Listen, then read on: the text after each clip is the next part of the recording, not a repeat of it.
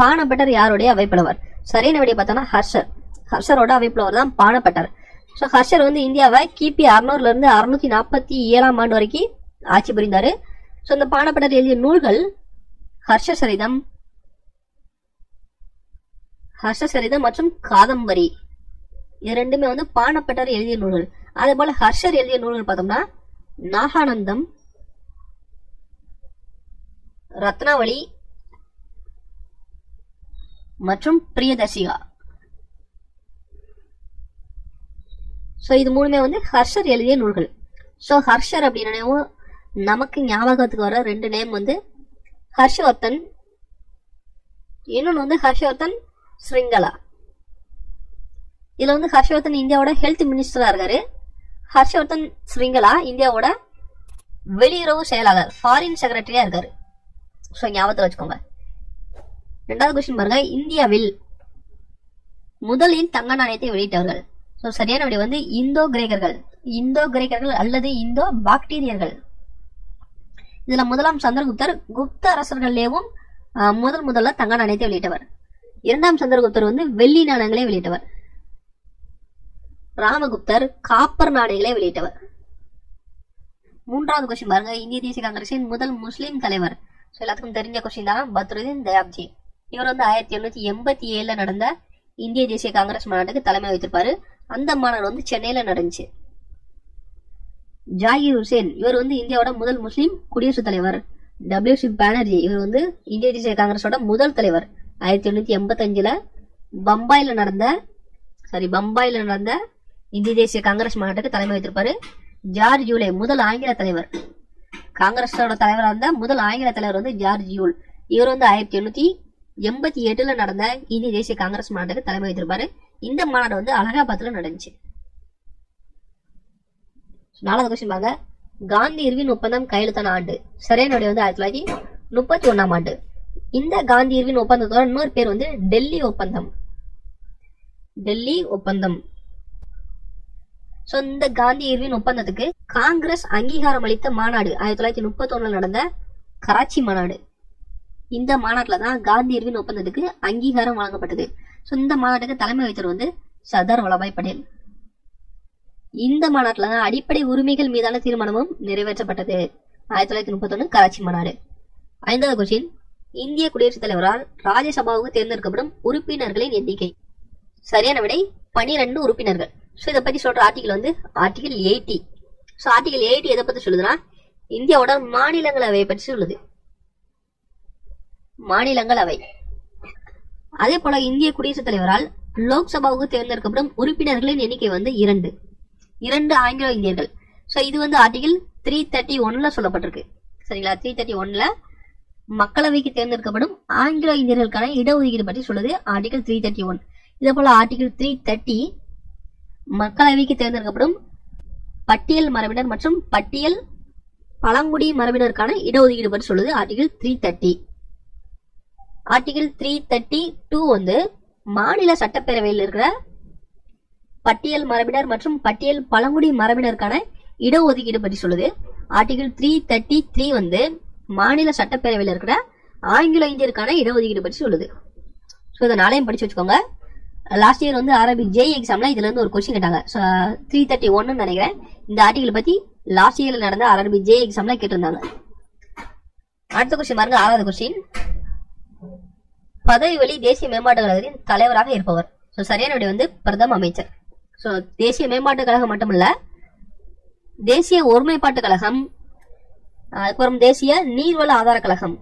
இது ரெண்டுக்கும் தலைவராக இருப்பவரும் இந்தியாவோட பிரதம அமைச்சர் தான். அடுத்த கொஸ்டின் பாருங்க, ரஷ்ய புரட்சி நடந்த ஆண்டு. ரஷ்ய புரட்சி நடந்த ஆண்டு 1917 ஆண்டு. அதே போல 1789 ஆண்டு நடந்தது வந்து பிரெஞ்சு புரட்சி.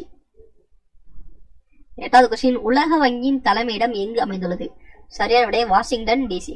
இந்த வாஷிங்டன் வந்து போட்டோமாக் நதிக்கரையில அமைந்திருக்கு. அதே போல நியூயார்க் வந்து ஹட்சன் நதிக்கரையில அமைந்திருக்கு. உலக வங்கி உருவாக்கப்பட்ட வருடம் 1944. இப்ப உலக வங்கியோட தலைவராக இருக்கிறவர் டேவிட் மால்பாஸ். உலக வங்கி உருவாக்கப்பட முக்கிய காரணமாய் அமைந்த மாநாடு வந்து பிரெட்டன் வூட்ஸ் மாநாடு. அடுத்த கொஸ்டின் 9வது கொஸ்டின், தென் அமெரிக்காவில் காணப்படும் வெப்பமண்டல புல்வெளிகள் எவ்வாறு அழைக்கப்படுகிறது? சரியான விடை வந்து பாம்பாஸ். ஸ்டெப்பி அப்படிங்கிறது வந்து ஐரோப்பாவில் காணப்படும் வெப்பமண்டல புல்வெளிகள். சவானாஸ் வந்து ஆப்பிரிக்காவில் காணப்படும் வெப்பமண்டல புல்வெளிகள்.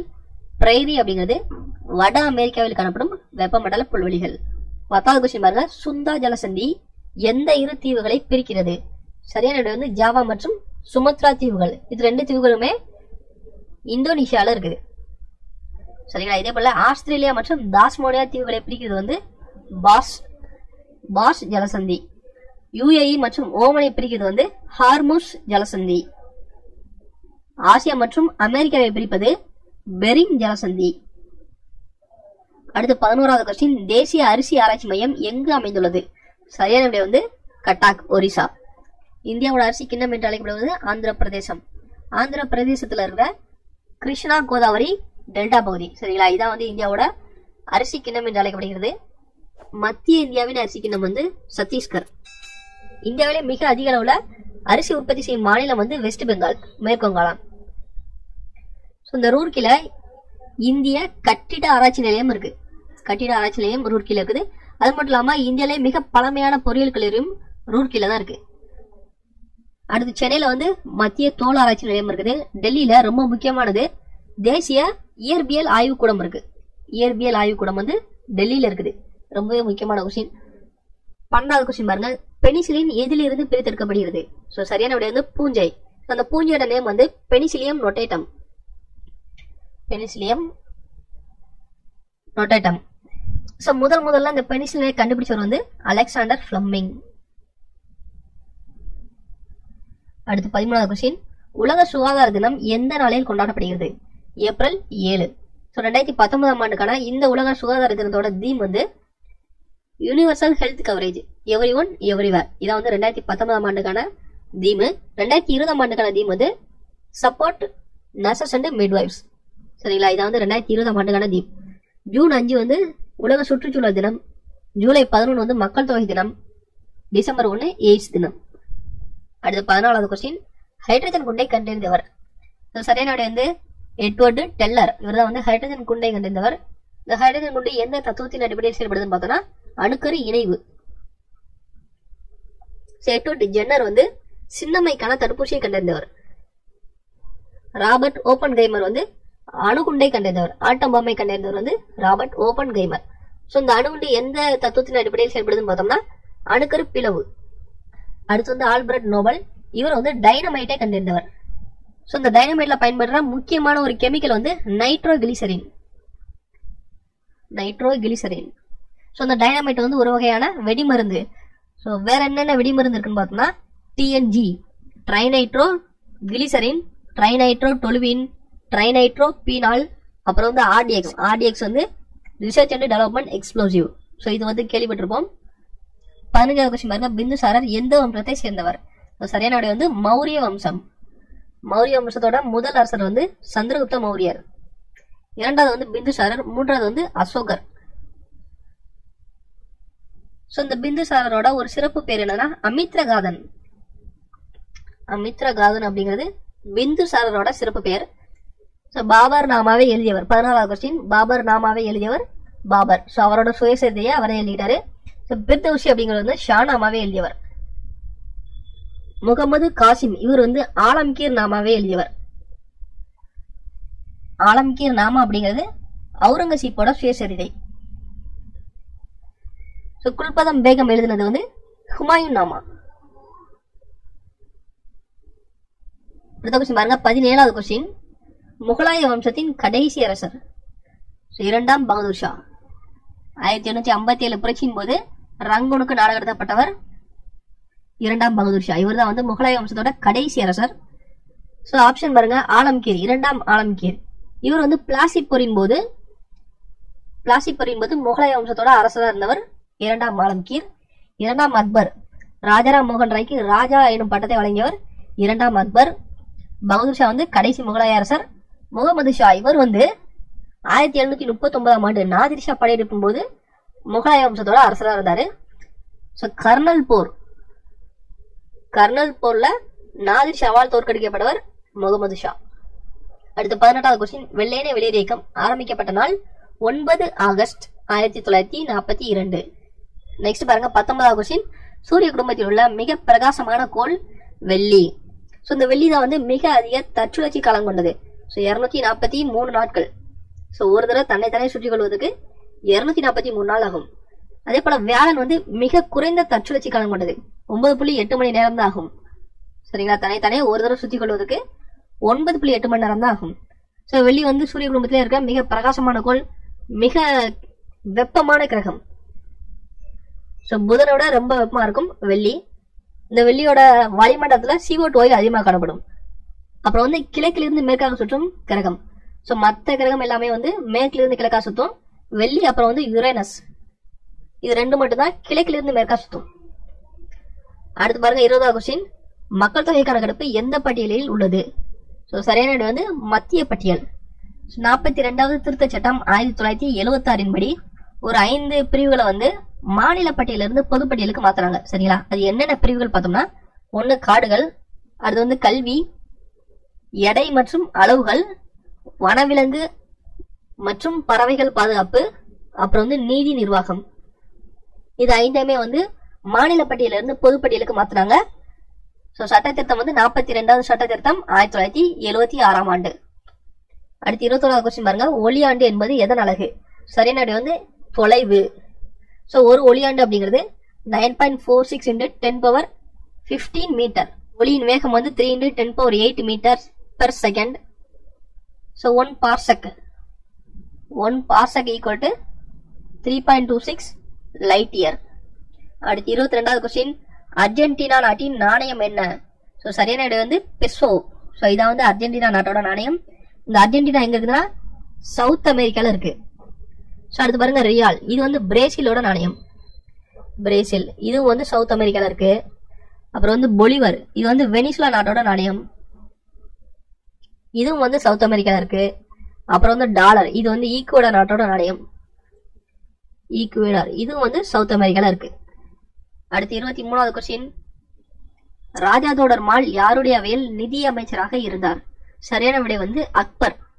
அக்பரோட நவரத்னங்கள்ல ஒருத்தர் தான் இந்த ராஜா தோடர்மால். ஸோ அப்புறம் வந்து ராஜா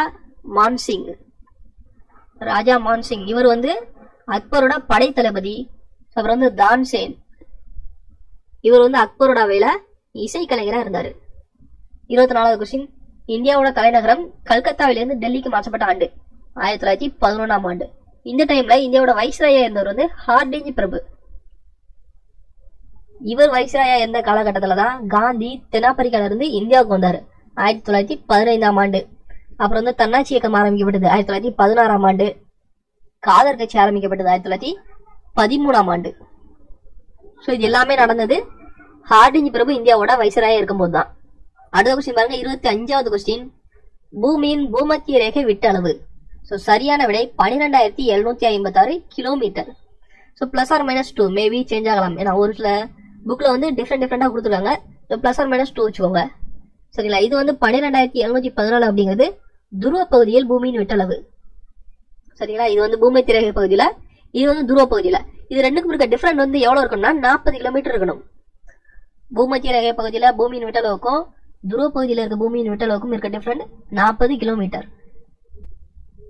26வது கொஸ்டின், ஹெமடைட் என்பது எதன் தாது? ரொம்ப ஈஸியான கொஸ்டின் தான். இரும்போட தாது தான் ஹெமடைட். இதோட கெமிக்கல் நேம் வந்து Fe2O3. சரிங்களா, கெமிக்கல் ஃபார்முலா Fe2O3. ஸோ அலுமினியத்தோட முக்கிய தாது வந்து பாக்சைட். காப்பரோட முக்கிய தாது காப்பர் பைரைட், காப்பர் கிளான்ஸ், இதெல்லாம் வந்து காப்பரோட முக்கிய தாது. ஸோ வெள்ளிக்கு பார்த்தோம்னா அர்ஜென்டினம், அப்புறம் வந்து ஹான் சில்வர். அடுத்து 27வது கொஸ்டின், ஒளிச்செறிவின் அலகு என்ன? ஒளிச்செறிவின் அலகு டெசிபல். ஸோ ஹெட்ஸ் அப்படிங்கிறது அதிர்வெண்ணின் அலகு. கேண்டில் அப்படிங்கிறது ஒளிச்செறிவின் அலகு. லூமன்னா ஒளி பாயத்தின் அலகு. அடுத்து 28வது கொஸ்டின் பாருங்க, போபால் விஷவாயு கசிவுடன் தொடர்புடைய வாயு மெத்தில் ஐசோசயனைடு.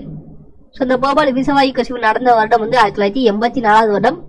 இதனோட தொடர்புடைய நிறுவனம் வந்து யூனியன் கார்பைடு நிறுவனம்.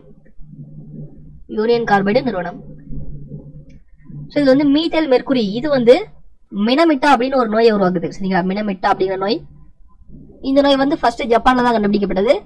அடுத்து 29வது கொஸ்டின் பாருங்க, சின்னபார் என்பது எதன் தாது? சரியான விடை வந்து பாதரசம். பாதரசத்தோட தாது தான் சின்னபார். இந்த பாதரசத்தோட இன்னொரு நேம் வந்து குயிக் சில்வர். பாதரசத்தோட அணியன் 80, நிறையன் வந்து 200. அடுத்து 30வது கொஸ்டின். முத்ரா ராட்சசம் என்னும் நூலை எழுதியவர்? சரியான விடை விசாகதத்தர். இவர் எழுதின இன்னொரு நூல் வந்து தேவி சந்திரகுப்தம். இதுவும் வந்து விசாகதத்தர் எழுதின நூல் தான். சூத்திரகர் எழுதினது வந்து மிருச்ச கடிகம். அப்புறம் வந்து வராகிரமர் எழுதினது பஞ்ச சித்தாந்திகா. விஷ்ணு சர்மா எழுதினது பஞ்சதந்திர கதைகள்.